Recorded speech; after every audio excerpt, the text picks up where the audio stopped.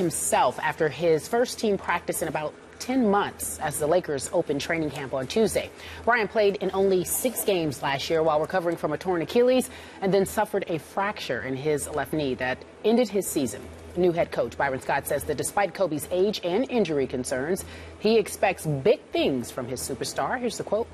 "I'm expecting him to play 82 games and play well. To be honest with you, he's a guy who's going to probably average 23, 24 points per game. Our biggest thing is making sure he stays healthy and keeping his minutes to a minimum where he can play those 82 games. Wow, 82 games. This is it 18th, 19th year in this league? 19. We're putting Kobe Bryant on the hook. Do you agree with Byron Scott's expectations for Kobe, Stephen A.?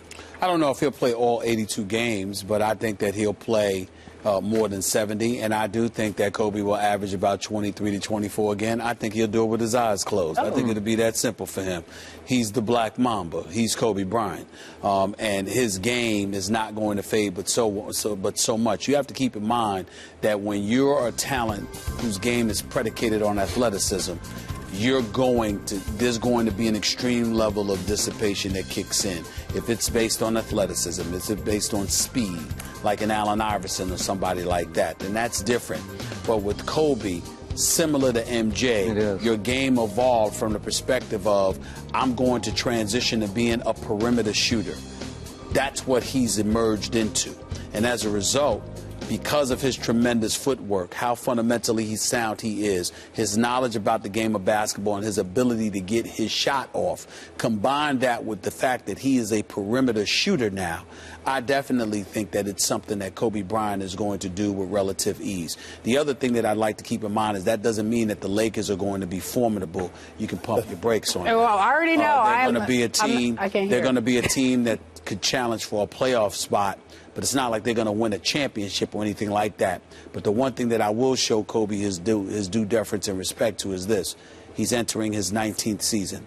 Since Kobe arrived in 1996, the Lakers have had one losing season with him. And that is the year that they traded Shaquille O'Neal. 2004, 2005, they went 34-48. Outside of that, last year don't even count because he only played like 6 games because he was injured. So that means in 18 years, Kobe Bryant has had one losing season, and that is the year they lost Shaquille O'Neal. I think he's going to be fine. Lakers play 82 games. Like, what do you think? 50? They win 50? 30? How many games they win? I said they win 50. I said they win really? 50. But hey, you know what? If I'm Kobe Bryant, and Kobe Bryant comes out and says, I felt like myself. If I'm Kobe Bryant, I wouldn't want to feel like anybody else. I'm Kobe Bryant. Okay. But for the coach to come out and say he's going to play all 82 games, like Stephen A. said, I don't think he's going to play all 82 games. If he does, he'll maybe play 30 minutes a game. Yeah. And, Kobe is one of the most, fierce competitors of our generation. If he goes out and averages 23 and 23 points, I don't think anybody would be surprised because he's that much of a competitor. But, for him to go out and play 82 games is kind of a stretch, but you never know what you're going to get out of him. He may pull off an Adrian Peterson for all we know. He might. So, that's a tough ask. You never know. He's Kobe Bryant. I listened to him in some of his interviews. He says, he has to prove it to himself first. Us as athletes, as we get older and we become veterans, it's a little bit of doubt in the back of your mind when you say you have to prove it to yourself because, you have to prove it to yourself first to make everybody else believe it. Okay. And I think that's what he's telling himself, can I get back to being my old self? If I can't get back to being my old self, how close can I get to being the Kobe Bryant that everybody knows? So, Stephen A., if Kobe averages 30 minutes a game, can he get up 30 shots a game? Oh, he can definitely get up 30. You already know that. He won't do that, but he won't average 30 minutes a game. You don't think so? More than that. Oh, you think more than that? 30 shots a game. You don't think Byron Scott will turn into Byron Popovich and just say no? I don't think Kobe will average 40 minutes a game. I don't think he'll average 45 minutes a game in a month of April like he did for Mike D'Antoni when he injured his Achilles. But I do believe he'll average between 33 and 35 minutes a game. I did think it was interesting, even though it was the first practice of the year, but Byron said after the practice that he shut down Kobe like 3/4 through practice and said, "You're done. That's enough." And so is that shades of things to come, or you don't think it's Byron Scott's going to do that because he's going to send a message that he's the coach, he's in control, and he's looking out for Kobe's best interest because he has a relationship that's long-standing with Kobe. Yep. Kobe does have a level of trust for him. He does. That he does not for others in terms of somebody looking out for his best interest. And I don't think Byron Scott is going to bench him because he's going to say you're old, you're unproductive, and I need you to sit on the bench. He's going to be benching him because he's going to say, look, we're making a run and we're trying to do some things, and I don't need you worn out come March, April, May. That's what Byron Scott is doing, and I think because how did the eventual champion San Antonio Spurs make it through last regular season without having one player, first time in the history of basketball, only not one player averaged 30 minutes a game? Because they had an abundance of guys who could step on the floor and produce even when you were on the bench. Why did Tim Duncan and Tony Parker say, I'm fine with that? Why didn't they say, Pop, I'm staying in the game? Because I want to play 35 minutes again. Because they knew the end game. So you don't think that could be the end game here with this team? Well, I mean, I think that it could play a factor. I mean, Kobe's not going to want to sit on the bench if the Lakers are stinking up the joint and he knows he can make a difference. I think they're going to be better than you think they're going to be. That's what I'm saying. That's my point. Yeah, I think they are going to be decent. Okay. I definitely think he can average 24 points a game. Easy. 2 years ago, in his last full season, he averaged 27.3. Again, he's 2 years older. And as you well know, when you hit 36, things start creeping into the back of your mind. But just a quick thought, because you know this man so well. I don't know him, but I know him from a distance, and I've studied him from a distance. I've never heard a superstar player be more willing day after day to put himself on the couch the way Kobe does. It's every day. It's Sage Steele courtside. He's great with you. Whoever, talk shows, he will just pour his heart out.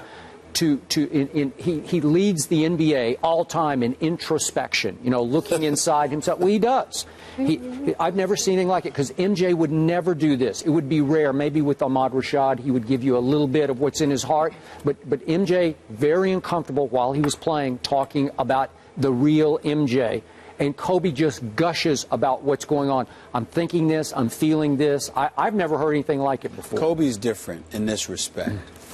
Kobe will put himself on a couch or come across as if he's doing so. But it's primarily to provoke and incite others to question him. And then he will use those questions as fuel to quiet the doubters. Michael Jordan didn't do that, but the league was different then. We weren't as PC in the past as we are now. And professional athletes were more prone to incite one another unapologetically.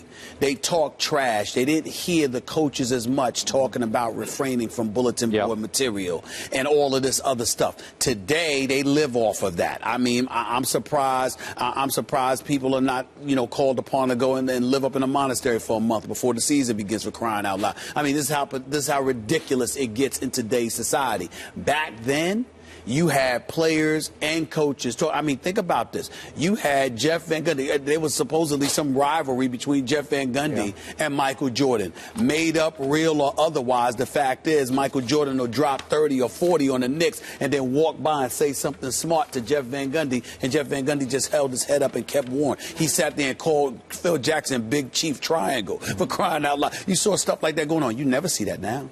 All right, so you say the Lakers will be better. I think they're being a little underrated. Okay, I need to see them play a few games. What do you give them? What do you give them? I don't know yet. I will be happy to do that as we get to game number one. But the big thing is a healthy Kobe Bryant. Yep. If you don't have a healthy Kobe Bryant, then sure. Well, Carlos Boozer and I spoke the other day, and one of the things that I said to him is, because I love some Carlos Boozer, but in Chicago, too many damn jump shots. This man was a man-child, first in Cleveland. As a matter of fact, they might have gave San Antonio a run back in 2007 if Boozer had stayed there instead of going to Utah. And I don't blame him for going to Utah because they offered him $27 more million. But what I'm saying is, the Carlos Boozer that was in Cleveland, started out his career in Cleveland, and then went to Utah, and with Darren Williams, guided Utah to the playoffs. That was a man-child in the post. He goes to Chicago and shooting a bunch of elbow jump shots. I'm saying if the Lakers are going to be formidable, somebody's got to be a man in the post. You see them hands. You see how rock solid Carlos Boozer's body is, how much of a man he could be in that post. He needs to go back down low doing that if the Lakers are going to have any success. All right. Oldest backcourt, Nash and Kobe. There still could be some things. We'll manage our expectations. There could be something hopeful for us Laker fans this season. I doubt it. I hate to say it, but I doubt it. Plax, I guess you're done. I am done. Already? I know. I thoroughly enjoyed myself today, especially going back and forth. I know. You gave him a hard time. He enjoyed that as well. I did. He made me laugh. Plax Goldberg, good luck with you. And Thank you. And are you hanging out on campus or are you heading back home? I think I'm heading back home. All right. Well, thank you so much for joining us. We appreciate it. Coming up next, folks, we're talking about Michael Phelps.